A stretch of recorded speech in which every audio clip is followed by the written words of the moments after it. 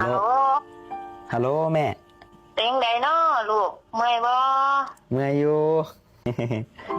กินข้าวแรงแล้วบ่ โอ้กำลังกินได้น้ำพริกได้ซุปหน่อไม้ได้ปิ้งไก่แล้วก็ซุปบะเขือกับผัก แซ่บบ่ลูก แซ่บอยู่แม่มากินน้ำกันเด้อ กินแน่กินเพื่อแม่แน่ บ่ เมื่อไหร่น้อสิได้กลับมาหาแม่นี่ เออเร็วๆนี่ล่ะเดี๋ยวจะหอบเงินหอบค่ำไปหาเด้อ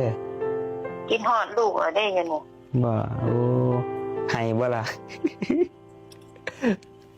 โอ้ยให้ก็บ่ให้ผู้ใดเห็นล่ะ เออคือพ่อเป็นแต่สงสารแท้